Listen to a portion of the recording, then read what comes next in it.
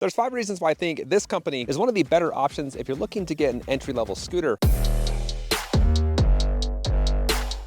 The first of the 5 is the price. The G5 is just under $550. $500 is as cheap as I would want to go for an entry-level scooter. It's enough to give you the quality parts to last you a couple years. The second thing is the ride and feel. The whole feel of the scooter is actually very solid. Even popping up the front wheel, coming down, it just feels pretty good. Stem is plenty high. I can reach past the grips 6-7 inches. If I use the fin, I can put my feet one behind the other, or when I just stand at my normal 45-degree angle, it's very spacious and comfortable. Typically with scooters in this price range, that's not the case. I feel very crowded, and with this, you have a lot of room. The motor doesn't make any noise, even when climbing. Just have a listen. Now this is the first model that they put front fork suspension on. Combining that with some 10-inch air-filled tires, you got a comfortable ride for sidewalk lines, chip seal, and coming off a curb. Let's see how it sounds.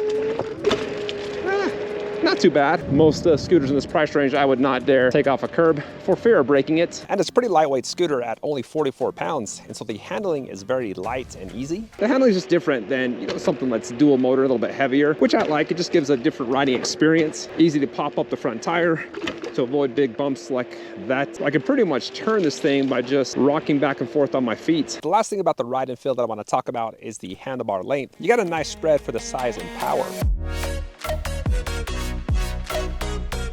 The third thing of why I think this is a good option for an entry-level scooter is, of course, the performance. Up until recently, I wouldn't have recommended these guys for one reason, and that was for speed. They used to top all of their scooters out at 15.5 miles per hour. It was about a year ago where they increased that to 20 miles per hour. I changed the speed modes by just tapping the power button. This is walk mode, which is topping out about 3 miles an hour. Drive mode is topping out at 16, and then 19 for sport mode.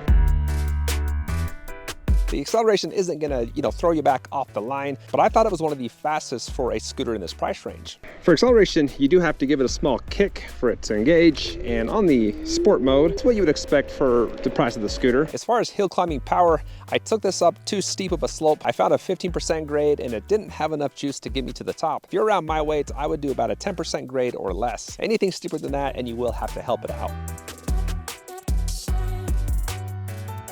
I did like the braking. The right side controls the rear, left side the front. They do have motor cutoff. They are drum brakes, and they're a little bit jerky, but they got a lot of stopping power. It takes about 15-20 feet to stop from topping the scooter out. As far as range, there's a 48-volt, 9.6 amp hour battery, which takes about 5 to 6 hours to recharge. And I do like the charge ports. They got a nice rubber flap, and that does sink into the frame so it doesn't pop out as you're riding. Gotrax has given this a range rating of 20 to 30 miles. But when I took it on a range test, I topped the scooter out. My average speed was around 16, 17 miles per hour, and I got over 13 miles and over 800 feet of elevation gain. Most scooters in this price range, I'm hitting about 8 to 12, 13 miles, so it's actually on the high end.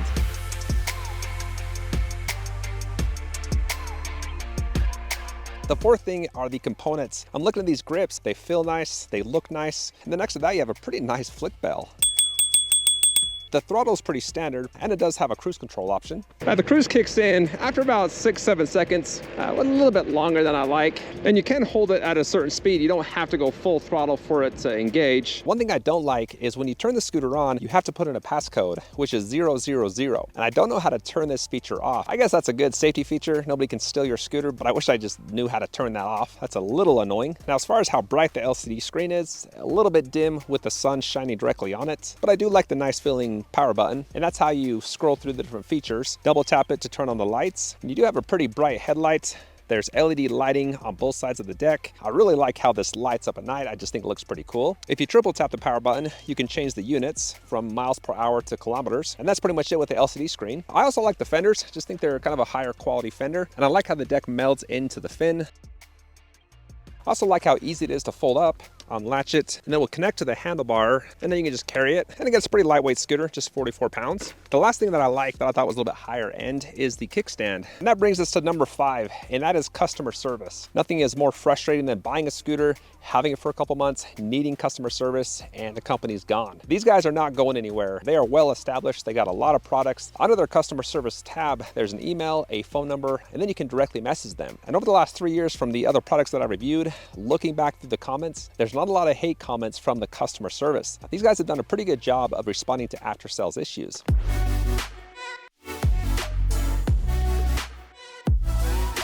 My favorite feature with the G5 has got to be the ride and feel. I feel that you've got the same ride quality with this as you do with the Segway Max. So if you're looking for an affordable and nice feeling scooter, it would be hard to beat this. If you want to pick it up, I've got the link in the description. As always, thanks for watching and take care.